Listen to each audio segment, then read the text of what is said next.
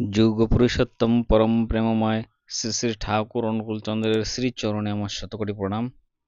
পরমারাধ্যা জগৎজননী শ্রী শ্রী বড় মায়ের শ্রীচরণে আমার শতকোটি প্রণাম।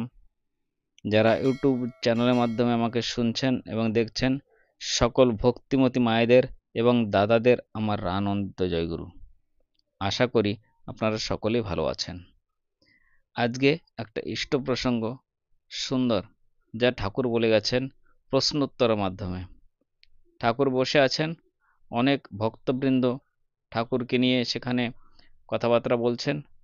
ঠাকুরের কাছে অনেকেই অনেক ধরনের প্রশ্ন জিজ্ঞাসা করছেন এবং শ্রী ঠাকুর মৃদু মৃদু হেসে সবার সঙ্গে সেই প্রশ্নের উত্তরগুলি দিচ্ছেন। শ্রী শ্রী ঠাকুরকে অশ্বিনীদা প্রশ্ন করলেন।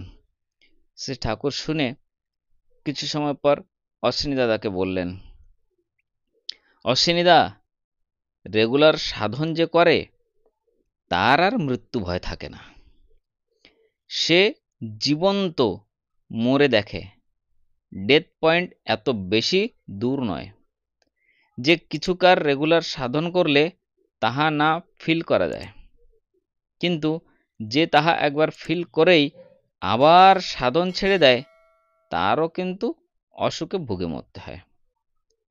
আর যে তা ফিল করেও রেগুলার সাধন করতে থাকে তার শরীর ধ্বংসকারী অসুখ হলেও ইচ্ছায় মনকে শরীর থেকে তুলে নিয়ে ডেথ পয়েন্ট সহজে পাস করে।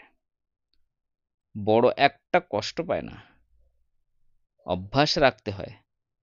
তবে একবারও যে জীবন্তে তা ফিল করেছে, সেও রোগে ভুগতে ভুগতে সেই পয়েন্টের কাছে গেলে তার সেই সংস্কার জেগে ওঠে এবং সেও তখন তাতে কনসেন্ট্রেট করে ভালো আইডিয়াতে অ্যাবসর্ব হয়ে, যথা সদ্গুরু ধ্যান ইত্যাদি, দেহ ত্যাগ করে। ফলে সদ্গতি হয়। যার অভ্যাস আছে সে তো কতবার ডেথ পয়েন্ট অনুভব করে ফিরে আসছে, সে অসুখে বেশি ভোগে না।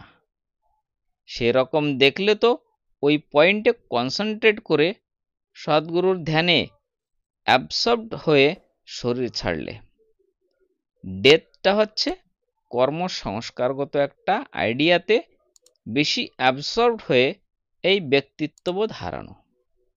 এই আমি অশ্বিনী রূপে যে আমিত্ববোধের সঙ্গে সম্বন্ধরহিত, এই আমিত্বের সঙ্গে যে কানেক্টিং লিঙ্ক আছে তাহা কট অফ হয়ে যায়। যে আইডিয়াটা তৎকালে প্রিমেডিয়ন থাকে তাতে অ্যাবসার্ড হয়ে যেন তাহাই আমি। এইভাবে তন্ময় হয়ে এই আমিত্বকে বিস্মৃত হওয়া এক প্রকার লয়, আর কি। সাধকেরও লয় বহুবার ঘটবার মতো হচ্ছে। উচ্চ উচ্চ ধামে যখন গতি হয় তখন তাতে অ্যাবসার্ড হয়ে লয় হয়। যে যত তীব্র সাধক সে লয় তত রক্ষা করে করে উচ্চ হতে উচ্চতর লোকে যায়, আর যেখানে গিয়ে লয় এসে যায় সেই তার খতম। শ্রী শ্রী ঠাকুর এভাবে অশ্বিনী দাদাকে বুঝিয়ে বললেন যে, ঠাকুর, সকলেই তো মৃত্যুর ভয় পায়, তাহলে সেটা কি ব্যাপার, বুঝিয়ে বলুন। এই প্রশ্নের উত্তরে শ্রী শ্রী ঠাকুর এই ঘটনা বলেছিলেন। আপনাদের সকলের মঙ্গল কামনা পরম প্রেমময় শ্রী ঠাকুর অনুকূলচন্দ্রের শ্রীচরণে করে আজকের ইষ্ট প্রসঙ্গ এখানেই সমাপ্ত করছি। আবার দেখা হবে আর একটা সুন্দর বিষয় নিয়ে, সুন্দর ভিডিওর মাধ্যমে। আপনারা সকলে ভালো থাকুন। ঠাকুরের কাজ সব সময় অগ্রসর রেখে চলার চেষ্টা করুন। ঠাকুরের নাম স্মরণ করুন এবং ঠাকুরের দেওয়া পঞ্চনীতি সবসময় পালন করার চেষ্টা করুন। এই ইউটিউব চ্যানেলটি সাবস্ক্রাইব করুন। এই ইউটিউব চ্যানেলের মাধ্যমে পরম প্রেমময় শ্রী ঠাকুর অনুকূলচন্দ্রের ইষ্ট প্রসঙ্গ নিয়ে আসা হয়। তাহলে আবার দেখা হবে। জয়গুরু, বন্দে পুরুষোত্তম।